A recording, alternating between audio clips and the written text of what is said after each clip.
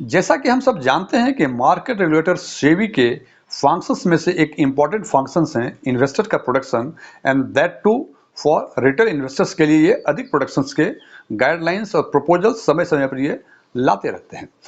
Mutual fund industry काफ़ी बड़ी हो गई है। ये करीब 39.46 ट्रिलियन या ये कह सकते हैं 39.46 लाख करोड़ रुपए की म्यूचुअल फंड इंडस्ट्री हो गई है। इसलिए ये लाजमी है सेबी के लिए कि इसमें इतने सारे इन्वेस्टर्स ने अपना फंड जमा किया है, फंड इन्वेस्ट किया है, तो इसका प्रोडक्शन प्रॉपरली होना चाहिए। और इस इशू पे सेबी ने लेटेस्ट कई प्रपोजल्स दिए हैं। उसमें से एक प्रपोजल है डिस्ट्रीब्यूटर के टोटल एक्सपेंसेस रेशियो के बारे में। अभी तक जो प्रोविजंस हैं टोटल एक्सपेंसेस रेशियो का, वो सेगमेंट वाइज फिक्स है। फॉर एग्जांपल, इक्विटी सेगमेंट में अधिक से अधिक 2.25% total expenses ratio AMC charge कर सकते हैं। It is the maximum limit.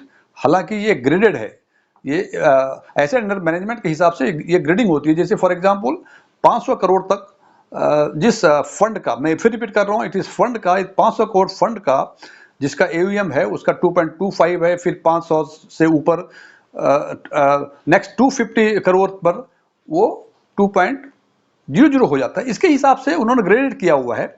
तो सेबी को ये आशंका थी कि एएमसी जो एनएफओ लॉन्च करते हैं और उसके डिस्ट्रीब्यूटर अपने पुराने इन्वेस्टर्स को ये कन्विंस करते हैं कि पुराना फंड अब अच्छा परफॉर्म नहीं कर रहा है, it is better to switch from old fund to NFO.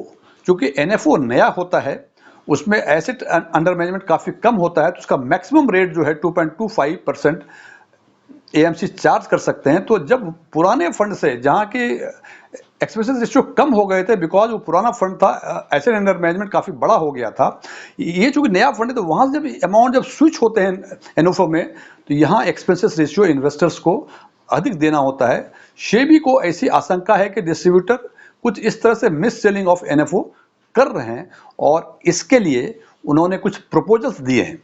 और उस प्रपोजल्स के बारे में यदि आपको अधिक कुछ जानना हो तो ऊपर दिए आई लिंक पे बटन पर क्लिक करके उसके बारे में जानकारी ले सकते हैं।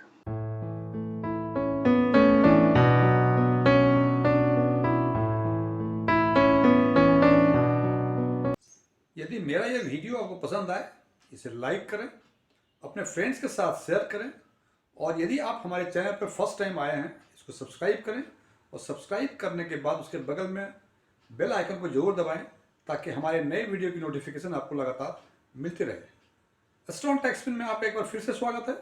मेरा नाम डीएम झा है। जैसा कि पहले हम चर्चा कर चुके हैं कि म्यूचुअल फंड इंडस्ट्री बहुत बड़ी इंडस्ट्री हो गई। It is around asset under management जो है as on 31 March 2023 it is around 39.46 lakh crore, या यूं कह सकते हैं 39.46 ट्रिलियन। इतनी बड़ी इंडस्ट्री, कई तरह के segment, equity, debt, hybrid, hybrid में भी कई तरह के सेगमेंट। अब ये देखा गया है कि पार्टिकुलर सेगमेंट में करीब 40-42 जो एएमसीज हैं, सबों के अपने अपने स्कीम होते हैं। कुछ एएमसी उस पार्टिकुलर फंड में, पार्टिकुलर स्लॉट्स में, फॉर एग्जांपल लार्ज कैप की बात करें या स्मॉल कैप की बात करें, तो इन कैप में करीब करीब सभी एएमसी, 40-45 एएमसी जो हैं, सभी के अपने अपने स्कीम हैं। उसमें से कुछ एएमसी के स्कीम बेंचमार्क से बेहतर परफॉर्म करते हैं और कुछ स्कीम बेंचमार्क इंडेक्स से खराब परफॉर्म कर सकते हैं, या हम कह सकते हैं वो अंडर परफॉर्म करते हैं। लेकिन इनमें जो एक्सपेंसेस रेशियो जो चार्ज होते हैं, इससे इसका कोई संबंध नहीं है कि ये फंड अच्छा परफॉर्म कर रहा है या खराब परफॉर्म कर रहा है। उन्होंने जो एक्सपेंसेस रेशियो फिक्स किए हुए हैं, irrespective of the fact whether that fund is doing well और बैड, वो उतना ही चार्ज करेंगे। फॉर एग्जाम्पल, अभी एक रिसर्च आया है, एक स्टडी हुई है जिसमें यह देखा गया है कि इक्विटी स्कीम में करीब 175, इक्विटी सेगमेंट में करीब 175 फंड्स हैं। उसमें से करीब 70% फंड ने बेंचमार्क इंडेक्स से, जो इक्विटी सेगमेंट का बेंचमार्क इंडेक्स है, उससे खराब परफॉर्म किया है उन्होंने। अब ये बात सामान्य सोचने वाले की बात है कि जिन 30% फंड ने आउट परफॉर्म किया है बेंचमार्क को, उसमें यदि एक्सपेंसेस रेशियो अधिक लगते हैं तो ठीक है, उन्होंने एक्सपेंसेस रेशियो अधिक लिए तो रिटर्न भी बेहतर दिया। लेकिन उन 70% इन्वेस्टर्स जिनका फंड ने, जिस फंड में आपने इन्वेस्ट किया था, उसने बेंचमार्क को, इंडेक्स को अंडर परफॉर्म किया है, लेकिन एक्सपेंसेस रेशियो उसी के बराबर लग रहे हैं, उसी फंड के बराबर लग रहे हैं जिन फंडों ने बेंचमार्क इंडेक्स से बेहतर रिटर्न प्राप्त किया है।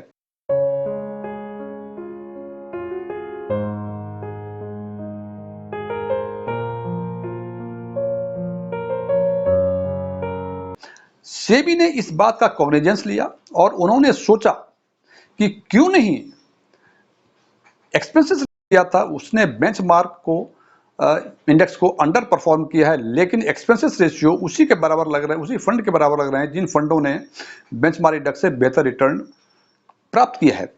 सेबी ने इस बात का कॉग्निजेंस लिया और उन्होंने सोचा कि क्यों नहीं एक्सपेंसेस रेशियो को परफॉर्मेंस लिंक्ड बना दिया जाए। हालांकि आपको ये लगता होगा कि एक्सपेंसेस रेशियो 1%, 2%, 2.25% मैक्सिमम लगता है, इसमें क्या करना है, लेकिन जरा आप सोचें कि 39.46 लाख करोड़ की म्यूचुअल फंड इंडस्ट्री है और यदि 0.5% का भी एक्सपेंसेस रेशियो में चेंज आता है तो ये करीब 19,000 करोड़ की है। 19,000 करोड़ इज ए बिग सम। ये सारे पैसे हमारे जो इन्वेस्टर्स हैं उन्हीं का है, इसमें और किसी का कुछ नहीं लगा हुआ है।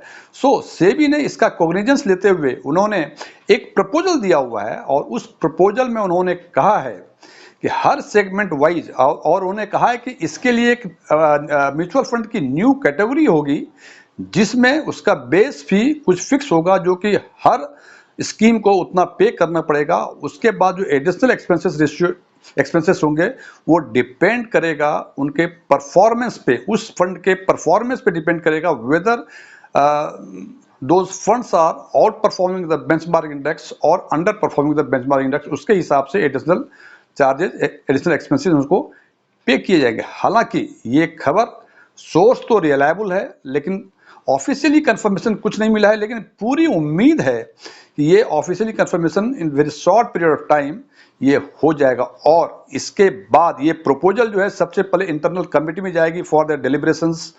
उसके बाद ये इन्वेस्टर्स का या पीपल का फीडबैक लेगी and then SEBI would be able to issue the guidelines. और यदि ये ऐसा हो जाता है तो फाइनेंस एरिना में ये पहला देश होगा जहां की परफॉर्मेंस बेस्ड एक्सपेंसेस रेशियो पे किए जाएंगे डिस्ट्रीब्यूटर को या एएमसी को।